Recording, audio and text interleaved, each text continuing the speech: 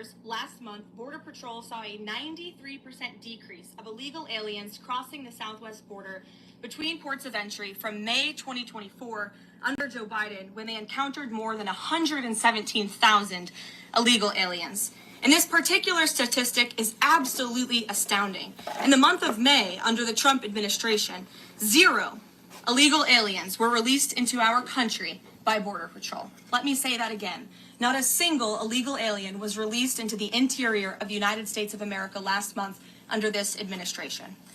Let's contrast that to Joe Biden's failed leadership, where immigration officers were wasting their finite time and resources processing dangerous illegal aliens for release into the United States. President Trump immediately terminated that reckless Biden-era practice that undermined the rule of law, jeopardized public safety and our national security, and diverted critical resources away from stopping deadly drugs and violent criminals from entering our country. That's the reason why not a single illegal alien was released into the interior of the United States in the month of May. Woohoo! And as a result, we now have a border that is reaching unprecedented levels of operational success. The efforts by President Trump to stop the illegal immigrant invasion and secure the border in this short amount of time represent one of the greatest achievements by a presidential administration in the history of our great country. With illegal entries being overwhelmingly halted, the Trump administration is dramatically ramping up efforts to arrest and deport all of the millions of criminal illegal aliens that Joe Biden let into our country over the past 4 years. That's what I President voted for. Trump has directed all of our ICE officers to do everything in their power to carry out the single largest mass deportation operation in history. Illegal criminals who are hiding in America's largest so-called sanctuary cities will be increasingly targeted for removal. Radical Democrats will no longer be allowed to shelter illegals who threaten public safety as part of their cynical efforts to expand political power, drain the American taxpayer, and artificially lower wages and steal American jobs. ICE officers are courageous heroes, upholding the rule of law and keeping our citizens safe. And they have the full and unwavering support of this president. In economic news, President Trump's pro-growth agenda is delivering for the American worker. Through the first 5 months of the Trump administration, real blue-collar wages are up nearly 2%. It's the strongest growth in nearly 60 years and a stark contrast from the negative wage growth seen during the first 5 months of the Biden administration. America is quickly returning to the successful formula of the first Trump administration: low inflation and rising wages. Once the big, beautiful bill is passed, this positive trend will only accelerate. Senate Republicans are continuing to push this critical legislation forward. The One Big Beautiful Bill will drive growth and supercharge the American economy. The Council of Economic Advisors found that the One Big Beautiful Bill will raise take-home pay by nearly $14,000 for a year for the average family of 4.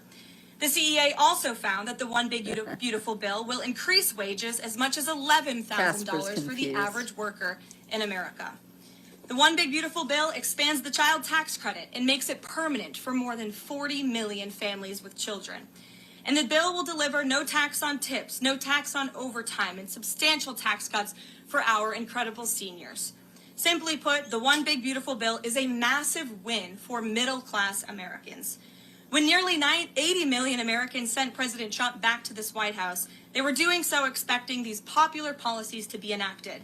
Republicans in Congress have a mandate to deliver, and President Trump demands they send this historic bill to his desk for signature by Independence Day, July 4th. The American people are fully behind President Trump. According to brand new polling from Insider Advantage, a clear 54% majority of Americans approve of the job President Trump is doing. That's because this president is keeping his promises and taking action every day to improve their lives. And passing this bill will help fulfill a number of President Trump's core campaign promises. Now, regarding the ongoing situation in Iran, I know there has been a lot of speculation amongst all of you in the media regarding the president's decision-making and whether or not the United States will be directly involved. In light of that news, I have a message directly from the president, and I quote, "Based on the fact that there's a substantial chance of negotiations that may or may not take place with Iran in the near future, I will make my decision whether or not to go within the next 2 weeks." That's a quote directly from the president for all of you today. So we'll kick it off for questions here in our new media seat. We have Eli Lake from the Free Press. Eli, go ahead. Thanks so much for having us. Thank you. The Free Press. The decision to extend the, I guess, delay in enforcing the TikTok ban. Sure. Can you talk about how the White House understands its constitutional authority in light of the Supreme Court's decision in January that said that the president had to enforce the ban? Sure. Well, as all of you know, because the president put it out on his Truth Social today, he did sign an executive order to extend the TikTok ban for 90 days. So in the effort to make a deal, and White House counsel and the Department of Justice have reviewed this executive order, and I can get it for you. I think it's on our website by now. If it's not, my team will now put it up immediately. And you can read the language in that executive order. And the White House counsel's office and the Department of Justice strongly believe in the legal rationale for this executive order. They wouldn't have the president's pen hit it if they didn't. And the political reasoning for this, of course, is because the president made a promise to keep TikTok on. There are 100 million Americans who use this app. It's widely popular. He also wants to protect Americans' data and privacy concerns on this app, and he believes we can do both things at the same time. So he's making an extension so we can get this deal done. Can I get a follow-up? Sure. A few weeks ago, Tucker Carlson reported on a meeting between the president, Mark Levin, and others at the White House. Is there a leak investigation, and can you say who else was in that meeting? I'm not aware of a leak investigation at this time. I, for one, do not reveal details about the president's private meetings without his permission to do so. But certainly the president does not like when people leak. He takes that very seriously. This entire administration takes that seriously, and that's why you've seen at agencies some of the cabinet secretaries have been given the authority by the president to let go of staff who are engaged in such leaks, especially those that risk American national security. Sure. Go ahead. Caroline, thank you.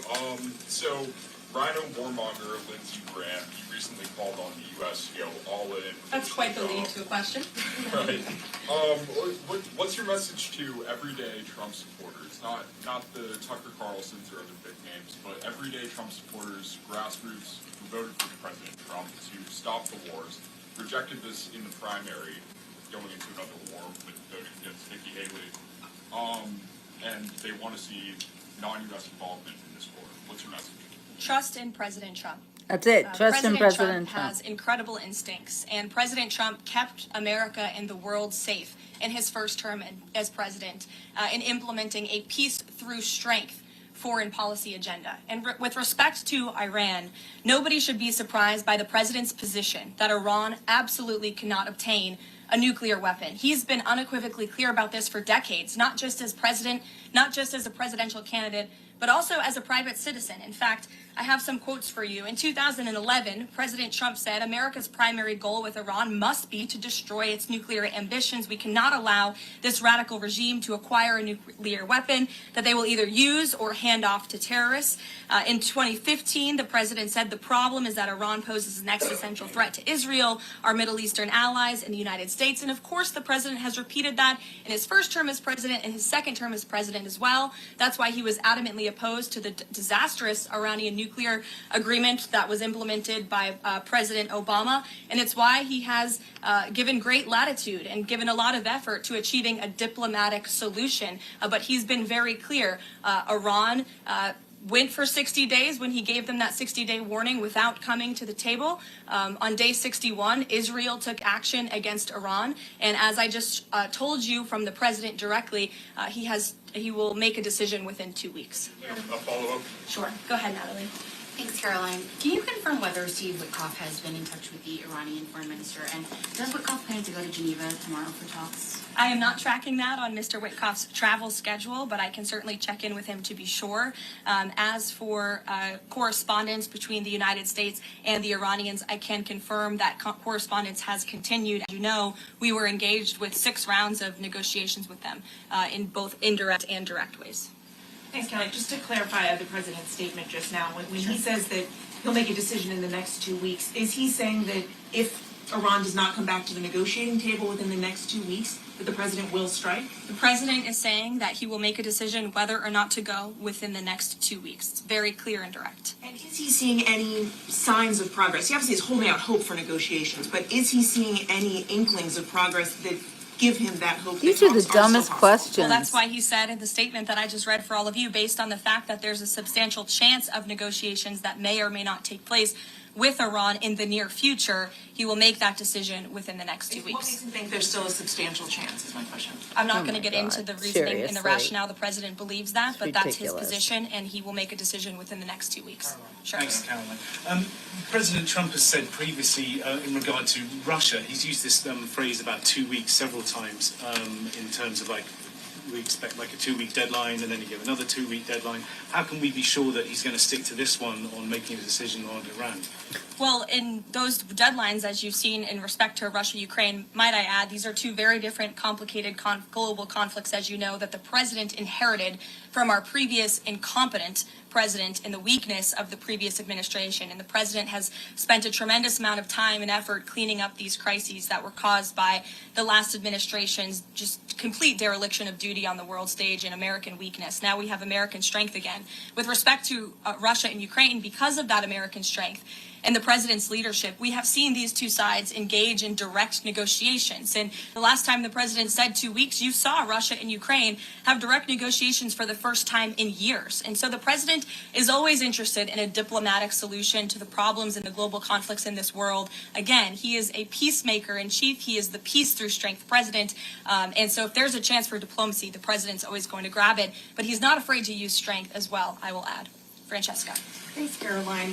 What exactly would a deal with Iran need to entail? No enrichment of a uranium, and it would absolutely not. Iran is not absolutely not able to achieve a nuclear weapon. The president has been very clear about that. And by pretty the way, obvious. the deal that Special Envoy Witkoff proposed to the Iranians was both realistic and acceptable within its terms, and that's why the president is sent that deal to them. Follow up on what you told Natalie.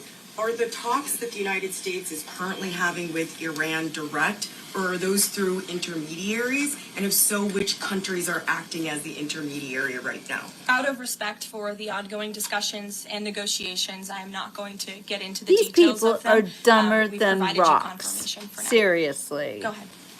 Sure, and then behind you too. Oh, Go okay, ahead. thanks. Sorry, on the topic of negotiations and talks, does the president have any hopes or specific expectations for the talks tomorrow between European foreign secretaries and their Iranian counterpart? Well, certainly the entire world is on the president's side when it comes to the fact that Iran cannot obtain a nuclear weapon. This is something that pretty much all of humanity, except for the Iranian terrorist regime themselves, agree upon. And so the president expects that Europe will deliver that message directly to the Iranians. Why does President Trump believe that this 90-day extension on Tik Tok will provide more runway perhaps than the previous extensions that haven't led to a divestment deal?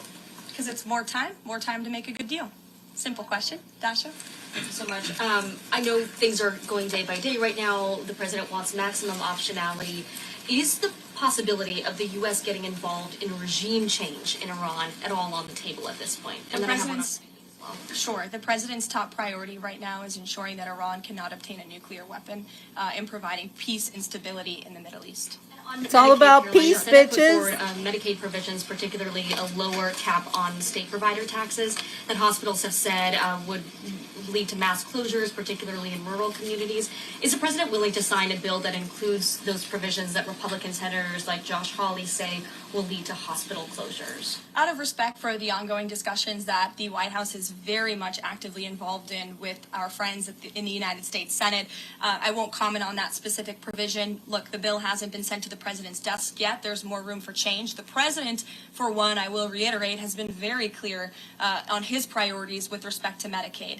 He wants to see waste, fraud, and abuse ridden from the system to Amen. protect it for tax-paying citizens who deserve those much-needed benefits. He wants to prioritize the sick, the needy, the poor in this country who deserve those benefits, not the 1.4 million illegal aliens who are receiving them. And he wants to make sure this one big, beautiful bill kicks those illegal aliens off of this program to preserve it and protect it and strengthen it for the American people. And the president has been very clear in that message to his friends in the Senate. Jackie. Thank you, Caroline. Sure. logistically, if the Iranians are getting to Geneva, does that mean they found a way to get to the White House? I am not going to get into hypotheticals, but as you heard from the president yesterday, they have expressed interest in doing so. Philip. Pressure on the president to come to the aid of Israel. There's a lot of pressure on him to finish the job with force. How is he balancing the concern that if he doesn't choose to do that, that it would send a message to Xi Jinping about the U.S. commitment to Taiwan? Well, the president enjoys a very respectful and cordial relationship with China's president. He has long maintained that, even in his first term. And China and the United States share many strategic interests, both in terms of economics and also, of course, global affairs and foreign policy as well. However, when it comes to balancing these different viewpoints, the president is balancing a lot of viewpoints, and he is listening not just to other world leaders, but to his advisors and to people here in the country and the American people too. And I think that's what makes this president such a great leader, is his ability to listen and make a good decision on behalf of the American public based on his instincts and his experience. Don't forget, this is a president who was here before, and the world was a much more peaceful and stable place when he left office than when he came back in after the past 4 years of complete incompetence by the previous president. Philip, go ahead. Thank you, Caroline. Two quick questions. When the president says Iran is very close to a nuclear weapon, is he relying on U.S. intelligence or intelligence sharing from an ally to make that assessment?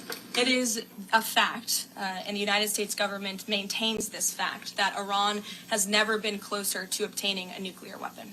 And then if the U.S. were to take some type of military action, would the president go to Congress to seek war authority?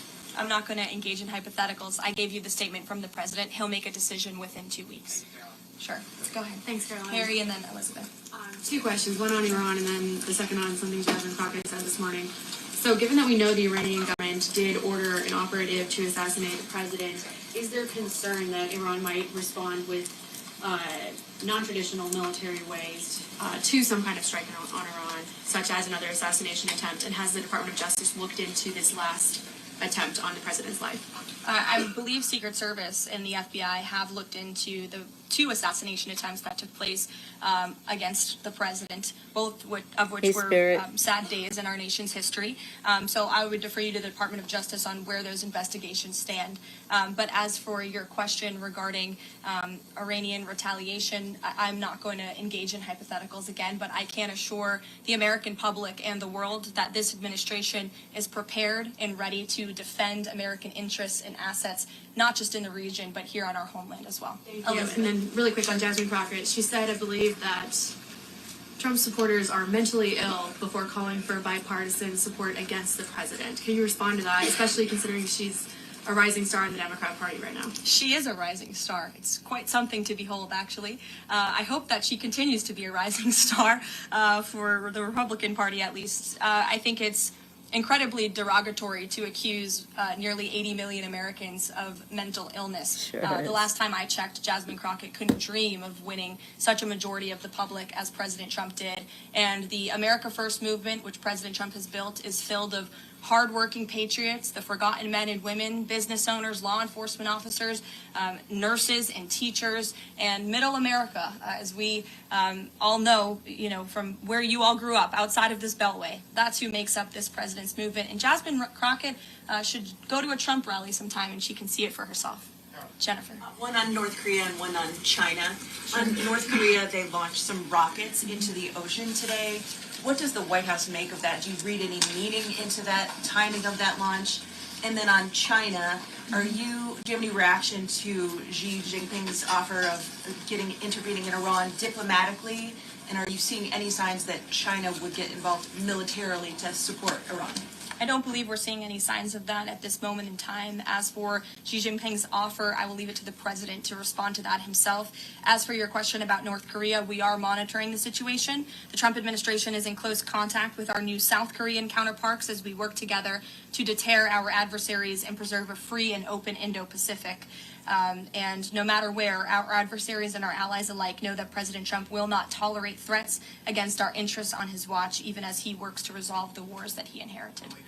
Alex, go ahead, and then I'll come to you. Thank you. Is the president concerned about the economy if farms and hotels, et cetera, struggle to find workers? President's always concerned about the economy. That's on his mind every day. He wakes up, he checks the markets, he checks wage growth. As I pointed out, it's a record high today for middle class and American workers. So the president's always wanting to ensure that we have a strong and robust economy for the American people and worker, and we do. As for the specific concerns regarding jobs, look, the president has made it very clear we need to remove public safety threats from the interior of our country, and that remains the focus and the priority of this administration when it comes to deportations, no matter where somebody works. If they're an illegal alien rapist or murderer that was allowed into this country in the past 4 years by this administration, the American people want those types of criminals to be deported from our country, and that's what the president is backing ICE to do. Thanks. There was an apparent skirmish between the Chinese and the Philippines in the South China Sea. Just curious if you had any reaction to that, and if the steps you're taking towards the Middle East right now are reducing your capacity to deal with that situation. I believe that happened as I was preparing and coming out here, so we'll get you a response to that. Certainly we have one, and our teams are always monitoring situations all around the globe. Okay, and then one more just on Iran. Just over the past 24 hours, we've seen some Israeli strikes on Natanz, Isfahan, and Kondab nuclear facilities. Is there any assessment just of how effective or what the result of those strikes will be? What I can share is that the IDF and Israel, I think, have exceeded a lot of people's expectations in their ability to really hinder Iran's nuclear facilities, but also they've taken out key people in the Iranian regime's leadership as well. So this is something, of course, we are monitoring and watching every day, and the president was just in an intelligence briefing. He continues to be briefed by his National Security Council, and he will throughout the duration of this war and conflict. And he also remains in constant communication with our Israeli counterparts, most notably Prime Minister Benjamin Netanyahu. Kristen. Thank you, Joanne. We have heard from a number of U.S. officials who say that Iran doesn't want to make a deal, that they are just stringing the United States along. What is to say that they are not going to continue to do so if we continue to give them extensions, now 2 weeks before 60 days? Look, Iran is in a very weak and vulnerable position because of the strikes and the attacks from Israel. And with respect to the president's statement, I shared that with all of you. And he has been very direct and clear. Iran can and should make a deal. We sent a deal to them that was practical, that was realistic, or they will face grave consequences. Why is Steve Witkoff not participating in the talks this week? I can ask Mr. Witkoff why he is not. Thanks, Caroline. Does the president object if Israel attempts its own operation against Fordo in the next 2 weeks? I won't decide that for the president, nor will I share that here. I'll let him speak to that. Just another one. Iran is apparently warning Europeans that if struck by the U.S., it may withdraw from the nuclear proliferation treaty. That would result in throwing out inspectors and taking the program dark. What does the president think AB4. the value of having Iran as a full signatory of that treaty? Well, that's reckless rhetoric, but I understand the Europeans are meeting with the Very Iranians reckless. tomorrow, so we'll see how that meeting goes. Just one more on Go ahead. Juneteenth. Does the Nikki. president plan to commemorate the holiday today or make any comment on it? I'm not tracking his signature on a proclamation today. I know this is a federal holiday. I want to thank all of you for showing up to work. We are certainly here. We're working 24/7 right now. Nikki, go ahead. Actually, that's my question. June Do you plan 19th. to mark Juneteenth in any way here today or with an event later on, maybe next week? No. I just answered that question for you. Right. Go ahead. Thank you very much, Caroline. The fact that this president is giving some time and space for diplomacy, another 2 weeks, does it mean that the president is trying his best to avoid a direct conflict with Iran? I think the president has made it clear he always wants to pursue diplomacy, but believe me, the president is unafraid to use strength if necessary. And Iran and the entire world should know that the United States military is the strongest and most lethal fighting force in the world, and we have capabilities that no other country on this planet possesses. Owen. Caroline, good afternoon. The Supreme Court, as you know, has upheld Tennessee's ban on transgender medical procedures for minors, puberty blockers, hormone therapy, etc. The White House reaction to that, please. It's a huge victory Yay. for America's children, and it's obviously something this administration believes strongly in, that young minor children should not be allowed to be subjected to chemical castration and mutilation. The president himself has taken very strong orders, or has signed very strong executive orders on this, and we are grateful for Tennessee's efforts to protect our children, and we are grateful the Supreme Court ruled on the side of the law, but also on the side of protecting America's innocent children. Elizabeth, Hey, go Italy. ahead. Sorry, I skipped you earlier. Okay, thank you so much. Secretary of State Marco Rubio announced new vetting procedures on student visas. Will this serve Oh. as a model for vetting other foreign visas. Go for it, For all Spirit. foreign visas, yes. As you know, the president signed an executive order. I think it was one of the first he signed in the first week to strengthen our vetting requirements Do it. and our vetting system here in the United States for all visas. He directed the Secretary of State to do that. There was a pause in Me some too, of that Dante. vetting, as you all know, recently, especially with respect to students from some certain countries. But the vetting has continued and it's stronger than ever before. As for specifics on how the vetting process has changed, I would defer you to the Department of State. As you know, they're in charge of things like that. Thank you. To what extent is this 2-week delay with Iran the result of interventions by the likes of Tucker Carlson, Marjorie Taylor Greene, or the entreaties of European leaders who want a de-escalation? Look, the president hears all voices across the country and he makes decisions based on his instincts. And he has always said diplomacy is his first option. And is he still planning to attend the NATO summit next week? He is. Oh, Yes, that we will wasn't the be one I departing thought. from Washington on Monday morning, and hopefully we'll see some of you there. Kayla. Thanks, Caroline. Oil prices have been spiking over the last week. Is the president watching the oil market, and is that factoring into his decision-making in the Middle East? Again, as I said to, I think, Alex's question previously, the president is always watching, and this administration is doing more than any in history to bring oil prices and gas prices here at home down for the American public. They have been plummeting since President Trump's inauguration because of the executive action and the federal action this administration has taken on the home front. But yes, of course, he's paying attention and monitoring that. But as for whether it's weighing into his decision, there's a number of factors that, of course, are. And as I said, he will make that decision in the next 2 weeks. Can't reiterate that enough. Ouija. Caroline, thank you. With regard to a potential deal, Iran has said it will not negotiate under duress. Does the president believe there should be a ceasefire in these next 2 weeks as the Oh, U.S. tries to stupid broker questions. That's So not what he dumb. said in the statement he dictated to me, so I won't get ahead of the Right? president or add anything additional to the Fool. statement that he gave me the liberty to share with all of you. And then just to follow up on how close Iran is to a nuclear weapon, can you clarify when the president said a few weeks away, did he mean obtaining enough enriched Oh my uranium gosh. to start building a weapon, or did he mean Iran is a few weeks away from completing the production of a weapon? I'm glad you asked that, Ouija. It's an important question, and it's one, frankly, the media has been getting wrong. Let's be very clear. Iran has all that it needs to achieve a nuclear weapon. All they need is a decision from the supreme leader to do that. And it would take a couple of weeks to complete the production of that weapon, which would, of course, pose an existential threat not just to Israel, but to the United States and to the entire world. And that is something that the entire world, including countries like Russia, is in agreement with, that Iran should not and cannot obtain a nuclear weapon. And that's why the president believes that, and he's believed that, again, not just his political career, but frankly, his entire life. Michael. We all believe it. Correct. They have the components. Okay, Correct. thank you. Michael. Caroline, as we look forward to the NATO summit next week, Spain right now is threatening not to oblige the president's request for all NATO countries to spend at least 5% of their GDP. Does the president take issue with this, with Spain right now? I didn't see Spain's comments. I'll make sure the president sees them, and I can assure you he wants to see all European countries pay their fair share and meet that 5% threshold. It's only fair considering the American taxpayers have given a significant chunk of money to the tune of billions of dollars to That's support right. our mutual interests and our assured defense. So I will let him speak to that, but he's made his priorities for our European allies quite clear, including Spain.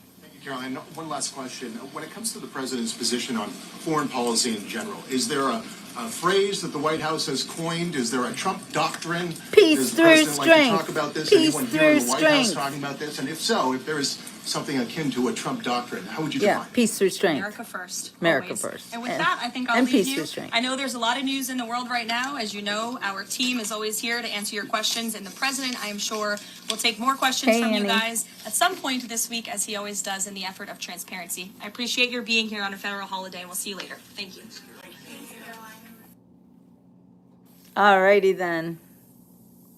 So another press briefing with the great Caroline. Love it. I love her too, Annie. It's amazing how young she is and how composed she is. You know, I'm watching her deal with this press briefing with this whole room full of people throwing questions at her. It's like she's got to answer them all. It's a tough job. Anyway, welcome to this afternoon's Beach Report. We're not on the beach anymore. It started to rain. It was a pretty big storm that went through. So I'm off the beach and I'm here working on my book and another book that I'm super excited about. One of my book people that I helped to write their books. It's always very interesting when you go into somebody else's life. Anyway, as far as the MAGA point, this person seems to not know anybody who actually wants to make America great again, because why would it be satire? I wear my MAGA hat because I love my country and I want it to be great again. And I'm fully behind President Trump, and I'm sure that anything he does will bring about peace through strength. I'm not going to subject myself to a whole bunch of nasty people. So I'm probably not going to stay on too long. But yeah, I would like to know about the Epstein files myself, Jason. That is definitely something that we all want to know. Thank you, John. But we are going to have to wait on that, I guess. We have more pressing matters like making sure that Iran never gets a nuclear weapon. So that's what we're up for. Anyway, people like me, we just want to see our country be safe. We want to see peace throughout the world. We want to see prosperity for everyone. We are tired of being used and abused, us Americans who have been kind to everyone in the world, that is we the people, while our dear leaders have been selling us out to other countries and taking advantage of us and lining their own pockets. That's why we love President Trump, because he really does care about us. And if you say that he doesn't, well, we know that you might be also taking advantage of us. So what I think about Palestine versus Israel is that I want to see peace. And I was raised Jewish. And when it comes to Israel, you know, I always thought that America was really the best home for the Jewish people, because here we truly are free. And, well, at least we have been. Anyway, I was never much of a Zionist myself, and I've never been to Israel, so I can't give a lot of opinions on it, although I do have some friends who are Israeli, and I love them very much, and they are very nice people, and they're very smart and very innovative. When it comes to what's happening right now, I'm going to defer to President Trump, because I think he knows what to do in order to bring about peace. Right now, it's to get these people to stop fighting. All right, Annie takes the lead. Isaiah 26:3. You keep him in perfect peace, whose mind is stayed on you because he trusts in you. Perfect. And now we got John 14. Peace I leave with you. My peace I give to you. Not as the world gives, do I give to you. Let not your hearts be troubled, neither let them be afraid. So that's my take on it. That was perfect, Annie. Thank you so much. I believe that we are watching peace be dealt with. We are watching a president who doesn't want to fight any more wars. We're watching a president who really does want to see peace in the Middle East and throughout the entire world. So when it comes to Iran, I think don't let them be the terrorists that they want to be. And I love that President Trump has already made it very clear to them that promises made, promises kept. So they're either going to have to keep up their end of the bargain, or they're going downtown Judy Brown. And he already got rid of a lot of those leaders because they waited 60 days. And on the 61st day, that was all she wrote. All right, here Annie's got some more. Matthew 5:9.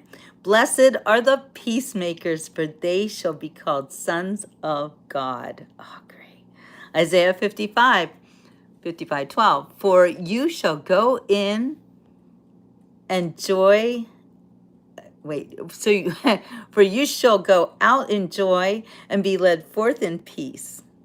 The mountains and the hills before you shall break forth into singing, and all the trees of the field shall clap their hands. Wow, trees have hands? I guess, leaves, branches, they're the hands. So, you know, President Trump, just like Netanyahu, they all have free will and they're all going to do what they're going to do for their own countries. So I think that Bibi Netanyahu has to deal with his situation in his own unique way. And President Trump, I don't think he can tell him to do anything, but he can make a deal. Romans 5:1. Therefore, since we have been justified by faith, we have peace with God through our Lord Jesus Christ. Oh, that was beautiful. Bush, Obama, and Biden kicked the can down the road, and now Trump has to clean up the mess again. Yes, that is so true. Stovetop stuffing. Great name. That's what we're dealing with, exactly. And you love thy neighbor for sure, but the people who broke into our country, they don't love thy neighbor, and they don't love us, and they're here to take advantage of us. And we're learning that more and more every day. So if you love your neighbor, you want your neighbor to be safe, and that means to get rid of the people who don't respect us and don't respect our laws and came here to take advantage of us. 1 Peter 5:7, cast all your anxiety on him because he cares for you. Exactly. Yes, Mega. Hi, Mega Charlie. So if you do like the Beach Report, please help me out and subscribe and like this show. I really appreciate it, and I could use your help because I can't do it for myself. All right, you guys.